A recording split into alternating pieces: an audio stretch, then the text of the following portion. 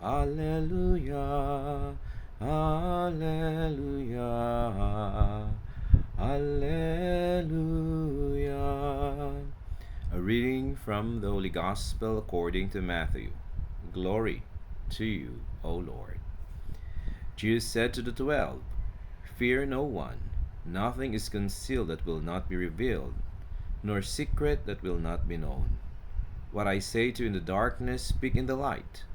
What you hear whispered, proclaim at the housetops. And do not be afraid of those who kill the body but cannot kill the soul. Rather, be afraid of the one who can destroy both soul and body in Gehenna. Are not 2 sparrows sold for a small coin? Yet not one of them falls to the ground without your Father's knowledge. Even all the hairs of your head are counted. So do not be afraid, you are worth more than many sparrows.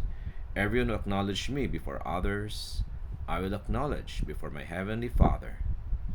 But whoever denies me before others, I will deny before my heavenly Father. The Gospel of the Lord. Praise to you, Lord Jesus Christ. My brothers and sisters, sa ating pagbasa ngayon, the Lord is telling us to not be afraid. And many times, almost 300 times more, the Lord has been always stating in the Gospels, do not be afraid, huwag matakot. At alam natin na ang takot na ito ay nanggagaling sa ating fear of loss. Natatakot tayo sa darating na digmaan, natatakot tayo sa earthquake, sa bagyo. Maraming kalamidad dito sa ating bansa kasi nasa ring of fire tayo, mga volcanoes, mga earthquake, na lahat ng calamity, the most, sabi pa, the calamity disaster prone country in the world. Number 1 tayo. Amen? And of course, nandun din ang corruption, that makes it worse. So talagang grabe ang challenges na ating dinaranas sa ating bansa. But sabi ng Lord, do not be afraid, because He is always with us. God the Father, God the Son, God the Holy Spirit is with us. Hindi tayo pababayaan. Amen? Kaya dahil dito, we are assured of the Father's love. Hindi tayo mawawala ng pag-asa. We entrust to Him the past, the present, and the future. But of course, we are also called to live the gospel. Katulad, we are called to be God's disciples. Amen? Like yung ating reading last Sunday about the 12 disciples chosen by the Lord. Tayo rin ay tinatawag na maging disciples of the Lord, to be His followers. At dahil dito, we are called to proclaim the good news ng ating Panginoon, and to live it in our actions. Kaya sinasabi na we have to speak in the light. What you hear whispered, proclaim at the housetops. So we have to be transparent. Kung tinatawag ang ating gobyerno na maging transparent, in terms of mga budget and in terms of transactions, tayo ay tinatawag na maging open, sa Panginoon at sa ating kapwa. At kung talagang totoo ang ating pananalig sa Diyos, ay makikita, what is in our hearts, the motives in our hearts, by their fruits we shall know them, di ba? So ang ating sincere desire to serve the Lord and one another, follow God's commandments, ay lalabas at lalabas. Hindi may tatago. Just like Saint Teresa, the child Jesus, for many years, yung kanyang mga kasama na madre, walang alam tungkol sa kanya. She kept it hidden. But later on, lumabas ang katotohanan, na she lived a saintly life.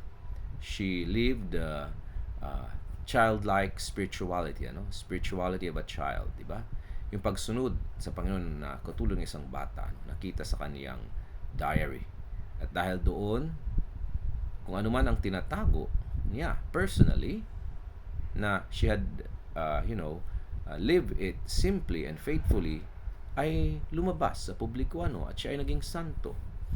Kaya gano'n din sa atin, ang simple nating gawain, paghugas, paglaba, pag-alaga sa mga bata. Just like our Blessed Mother, di ba? She lived a quiet life. Or Saint Joseph and Jesus for 30 years, di ba? Talagang they lived a simple life. A life devoted to the Lord. Hindi nasa public eye, di ba? Hindi nakikita palagi sa FB kung anong ginagawa, And which is also dangerous. Malalaman kung saan ka pwedeng tulisin ng mga masama. So anyway, they kept a hidden life. Pero sabi nga, yung life that is devoted to the Lord and to serve others cannot be hidden. Lalabas yan at the end. Kaya dahil dyan, huwag tayong matakot. If we really trust in the Lord, we will not be afraid. Diba? We will keep our mind, body, and spirit in integrity. Kaya kahit nga dito sinasabi na huwag tayong matakot even to to the evil one, di ba? And of course, we have to be afraid na baka tayo mapunta sa impyerno. There's a holy fear of God, di ba? Natakot tayo dahil baka maimpyerno tayo. Natakot tayo sa Diyos dahil siya ay full of justice. Kaya kailangan natin gumawa ng kabutihan, to follow God's commandments. Kaya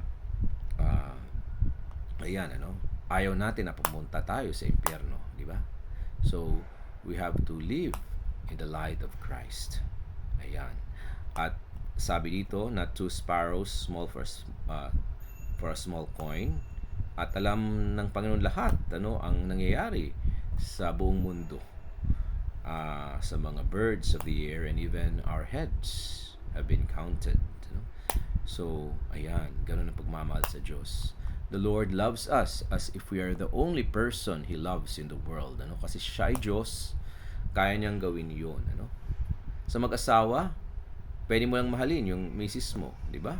Yun lang. At mga anak mo. At of course, iba-ibang level ng pagmamahal.